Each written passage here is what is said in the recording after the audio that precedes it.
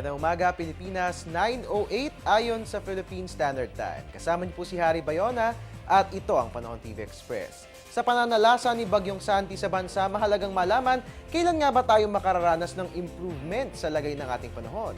Para sagutin ang ating mga katanungan, narito po ang weekly weather outlook ng Pag-asa. Ayon nga po rito, bukas October 13, asahan nating tuluyan na nga makalalabas ng Philippine Area of Responsibility itong si Bagyong Santi. Pero ganoon pa man, asahan pa rin na maulap na papawiri na may moderate to occasionally heavy rain showers and thunderstorms. Diyan po yan sa Zambales, Bataan at Pangasinan.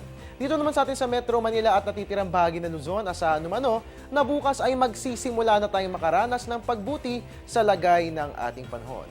Yan nga po ang simula ng improvement sa ating weather condition, At magtutuloy-tuloy na po ito dahil inaasahang simula po yan sa Lunes at hanggang sa Biyernes po yan, mga kabayan, good weather na po ang ating mararanasan sa buong bansa, maliban na lamang po sa isolated rain showers or thunderstorms. Samantala, bukas nga po ng gabi ay inaasahang papasok na nga ng Philippine Area of Responsibility si Tropical Storm Wifa at tatawagin nga natin ito sa local name na Tino.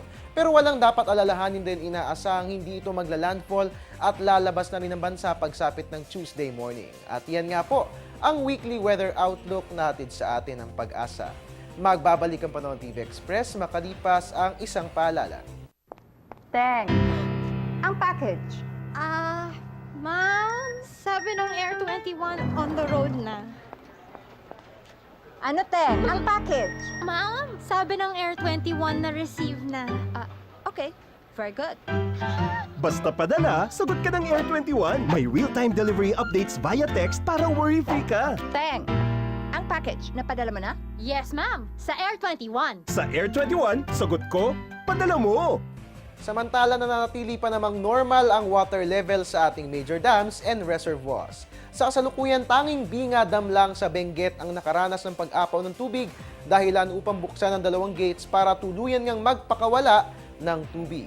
Sa ngayon ay patuloy na binabantayan ng Hydromet Division ng Pag-asa ang kondisyon ng ating mga dams. Sa ibang balita, stranded po ang ilang mga pasahero ng mga barko dahil sa masungit na panahon. Ayon sa Philippine Coast Guard, 204 na katao ang stranded sa Central Visayas, habang 1,557 naman sa Southern Luzon.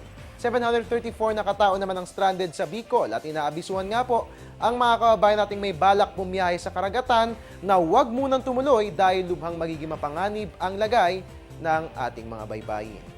At yan nga po muna ang latest mula rito sa Pag-asa DOST. Ang tabayanan po ang susunod kong ulat panahon mamayang alas 12 ng tanghali. Dito lamang po yan sa Panahon TV Express. Kung sa walang pinipiling panahon, ang pagbibigay impormasyon. At your service po, ang inyong weatherman Harry Bayona, Diyos Maray na Aga sa Indogabos.